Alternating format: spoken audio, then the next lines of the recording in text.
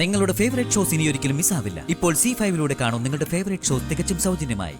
നിന്നെ രുക്മിണി കണ്ടുവരാതെ ഇല്ല, പക്ഷേ ഞാൻ ആ ചെക്കനെ കണ്ടു. അവന്റെ മുഖേ കടന്നൽ കുത്തിയ പോലെ ഇത്രയുണ്ട്. ഇവളുടെ കാര്യത്തിൽ ഇപ്പൊ സമാധാനായി. ഋതിക മോള് അവളെ പറഞ്ഞ് മനസ്സിലാക്കിയില്ലേ? ആ ചെക്കനെങ്ങാനും വല്ലതും ഒപ്പിക്കുമെന്ന എന്റെ പേടി. അങ്ങനെയൊന്നും ഉണ്ടാവല്ലേ ഭഗവതി? ഒന്ന് പതുക്കെ പറയടി, അവള് കേക്കും.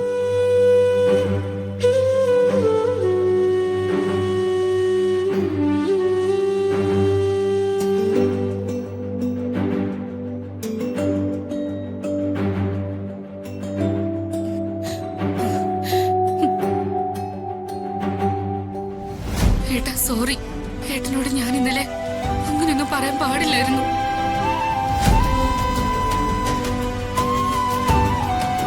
ദേഷ്യം വന്നപ്പോ ഞാൻ ഏട്ടനെ കുറ്റപ്പെടുത്തി, അതിര് വിട്ട് സംസാരിച്ചു.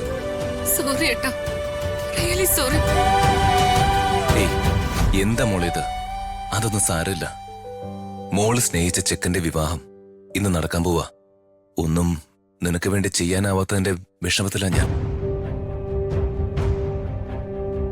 മോൾ എന്നോടല്ല, ഞാൻ മോളോടാ ക്ഷമ ചോദിക്കണ്ട.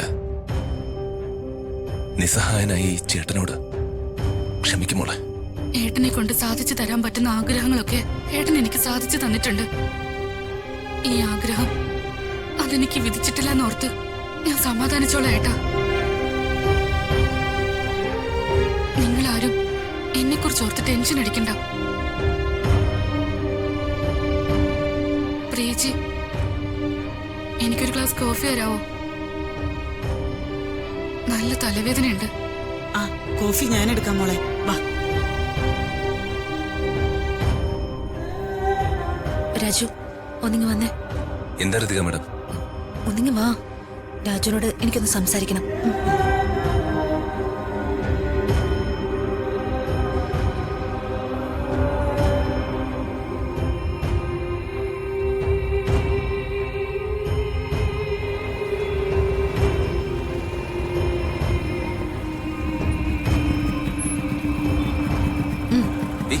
Madam, madam, madam, Ritika madam, നമ്മൾ എന്തിനാ ഇപ്പൊ ഇങ്ങോട്ട് വന്നത്?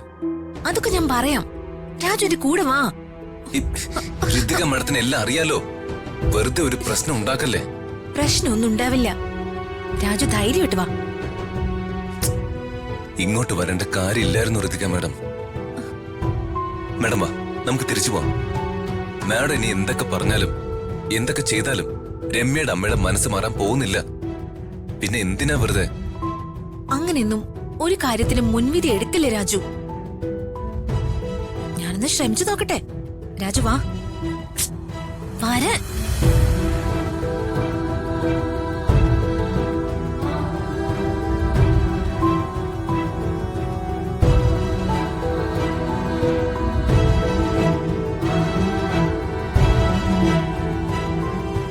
ഡൗൺലോഡ് ചെയ്യൂ C5 ആപ്പ്. കാണൂ എല്ലാ എപ്പിസോഡുകളും സൗജന്യമായി.